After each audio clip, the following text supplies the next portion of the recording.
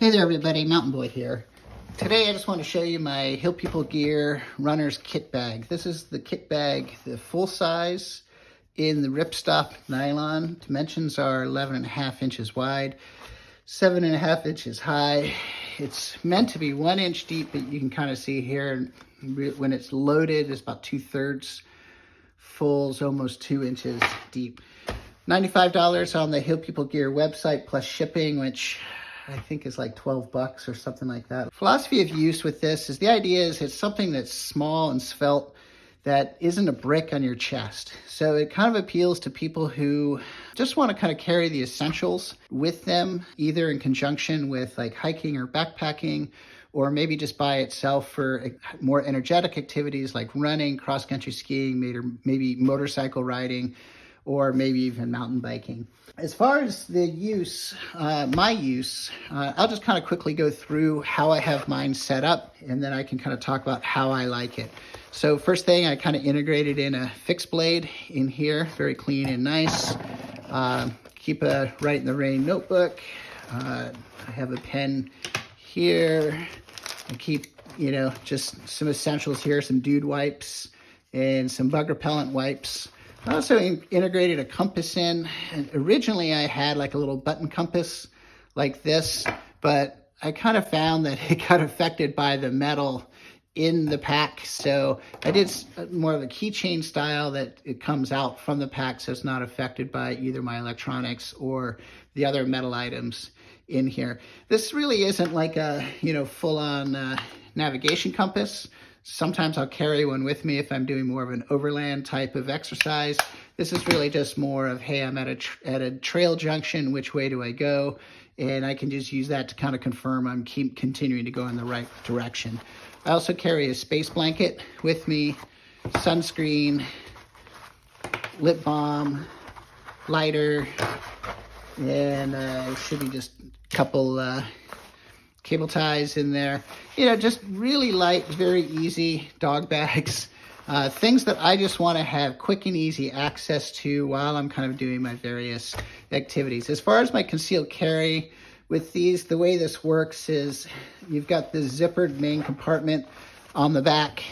And the idea is you kind of leave this top corner open, you put your thumb in, and you can tear it open to expose your concealed carry. In this case, I have a subcompact M&P in here with one extra magazine, and I have that in a Maxpedition holster. So there's hook and loop in the back here that this attaches to, and this is a very nice setup and system for me. It will take a full-size pistol, but again, as I said before, the more you get in here, kind of the stiffer and the more difficult it is to use. In fact, I would recommend that really you run this at maybe 2/3 of its total capacity. This is almost too much stuff here. And what happens is if you overstuff this, it gets rigid, and you really need this corner where you're opening it to be flexible for it to easily open. If you put too much in here and you lose that flexibility, it makes it more difficult to kind of quickly tear it open. So one of the things I really like about this is the ability to put it underneath a jacket. When I hike, I wear a base layer and a wind shirt, and then this over it. If I need it, I have an insulated jacket I can put over the whole thing, or I also have a rain jacket.